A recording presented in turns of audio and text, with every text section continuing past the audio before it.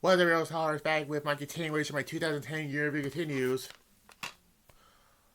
with Lockdown. This was another good show. Wait a minute.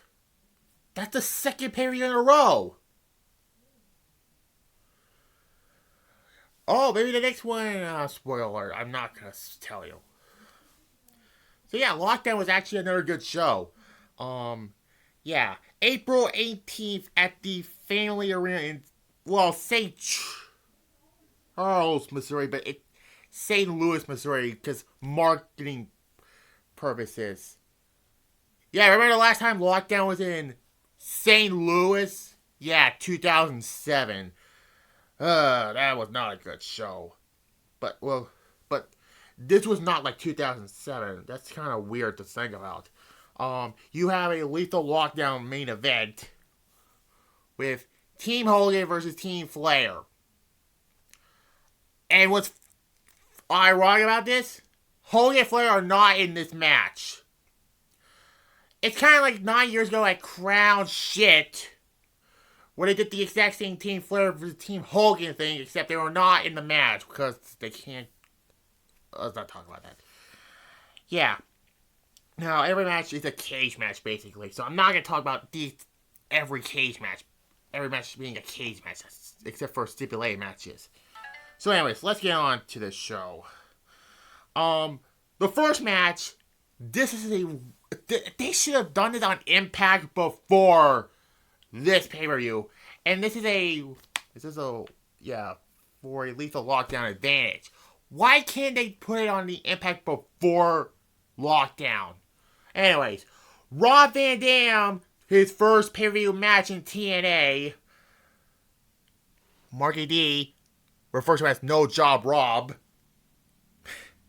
yeah, defeats James Storm to get the advantage for Lethal Lockdown. So yeah, this is not the last time you see both these guys on this pay-per-view. And Rob Van Dam had pulled double duty twice in 2 nights, basically. This was a short match, basically, a 6. Yeah. Anyways, then we get an escape match. Now, this was not a great match, honestly. Homicide defeats Alex Shelley, Brian Kendrick, and Chris Sabin. This was a rush match, I thought. A 5.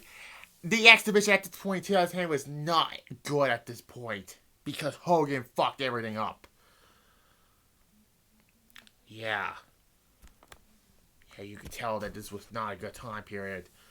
Anyways, then we have Kevin Nash basically destroying Eric Young, and this was a short match also, but this was basically a squash match. Basically, I'm not gonna rank it. But the reason why this match was not that long because Six Pac was not at this show. And we will not see him again after this. Yeah. So Kevin Nash told Hogan he's taking Six Pac's spot in the St. Louis street fight with Team 3D. So this is not the last time you see Kevin Nash on this show. Also, everybody on this show is pulling double duty on this show for some reason. Not ranking it. Yeah.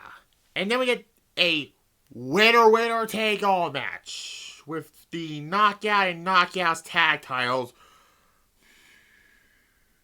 More useless than today's dirty women's tag team titles, despite Becky Lynch and Lita having them. And I still cannot think about it because Lita's a champion now in 2023. Regardless, Lita's one of the best. Don't get me wrong, but yeah. The beautiful people of Madison Rain and Velvet Sky defeats Angela Love and Tara. And when they do this whole winner take all matches with the singles and the tag titles, 9 times out of 10, the 2 people are going to win the tag titles, basically. No, the reverse was happening because Madison Rain won to become the Knockouts title, and Angela Love defeated Tara. And when they do this whole winner take all matches with the singles and the tag titles, 9 times out of 10, the 2 people are going to win the tag titles, basically. No, the reverse was happening because Madison Rain won to become the Knockouts title, and probably the worst champion ever. Yes. Worse than Carmella. Worse than Bayley. And worse than Ronda Horseface Rousey. This was not good. A 1.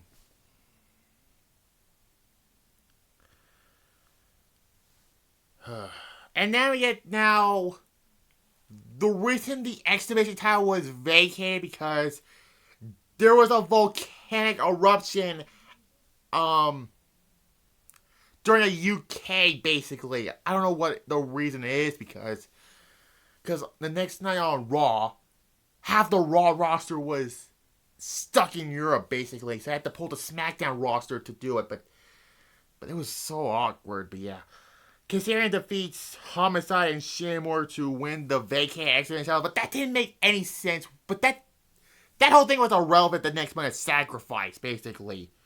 It was a good match. A 7 out of 10. Yeah. It was because Doug Lewis was supposed to be on this show, but the volcano eruptions prevented it from happening, basically. So, yeah. Anyways, then we get, a St. Louis street fight. Where the hell is it? Yeah. Team 3D defeats the band of Kevin Nash and Scott Hall. This is a bad match. I'm sorry. Scott Hall, like I mentioned before in my Destination X 2010 review, should not be in the ring at this point. A 0. And what's sickening about this, Kevin Nash and Scott Hall become the tag team titles come Sacrifice. What kind of fucked up world are we living in? In 2010, that is. Anyways, Kurt Angle defeats Mr. Anderson. This is the best match on the night. And this is the blow-off to their feud, basically. 9 out of 10. Probably the best match on the night. It's one of the best matches on the night. Right. Great match. Kurt Angle, after the show, would disappear until, I want to say, Slammiversary. Probably Slammiversary, yeah. Yeah. Anyways. Next up is for the TNA Championship. AJ Styles defeats the Pope D'Angelo De Niro to retain the TNA Championship. Probably the second best match on the night. And before this match, Earl Hebner tells Ric Flair to get the fuck out. So, at least AJ Styles does not need Ric Flair's help this time around. 8.5, but this was infamous for the questionable call in the match because the Pope was originally supposed to win the title, but Hogan said, I don't think so because we need RVD as the champion.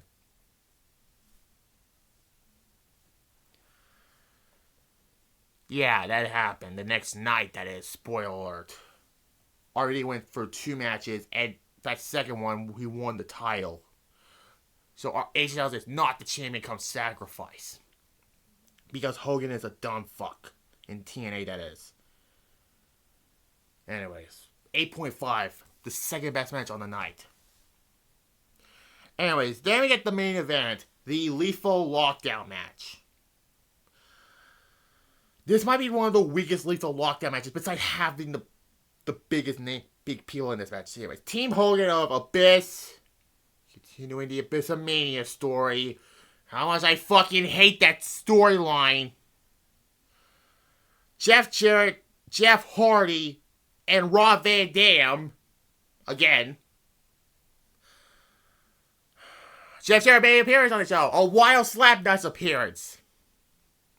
That's the second marketing reference I made on this video. Defeats Team Flair of Desmond Wolf. Spoiler, gonna eat the fall.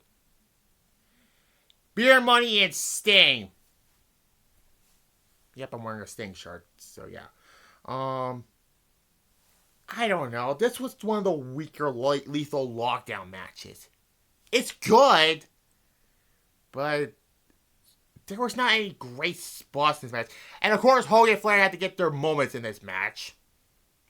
And of course, Eric Bischoff was involved in this match also. Oh yeah, Ric Flair's no longer in a wheelchair.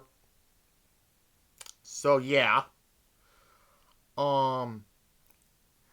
This was okay. If you don't know what a lethal lockdown match, I already talked about it. From Lockdown 2005 to 2009, currently here, it's their version of War Games. Speaking of War Games, W2K23 is finally going to have a War Games match. Hype for that game coming out in a few days. I'll review that whenever I do it. But regardless,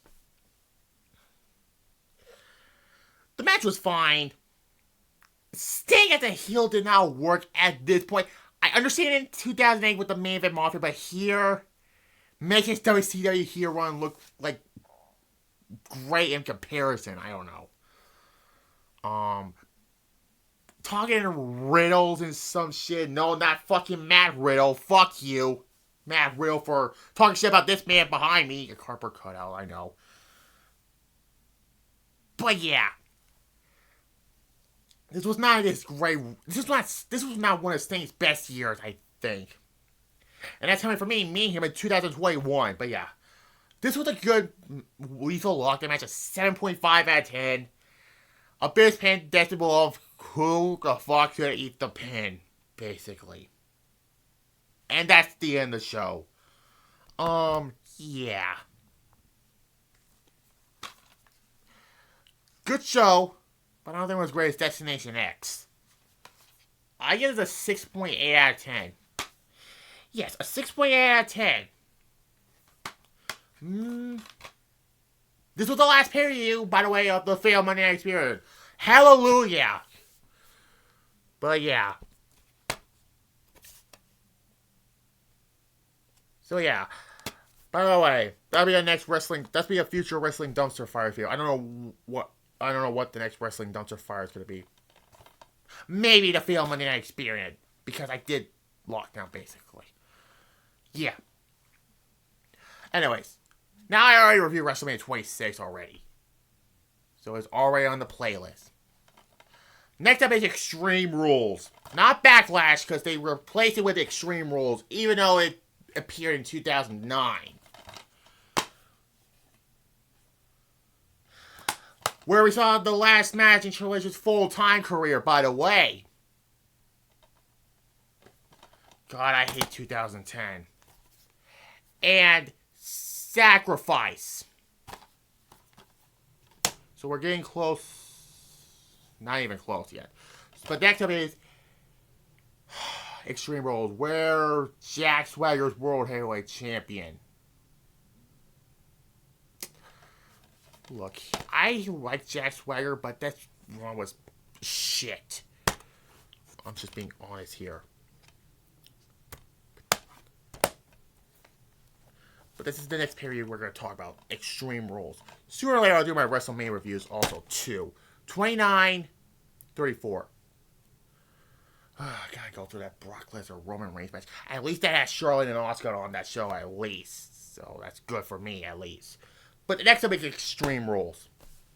Tomorrow I'll do my SmackDown review also live. Like this, comment, subscribe, and bye.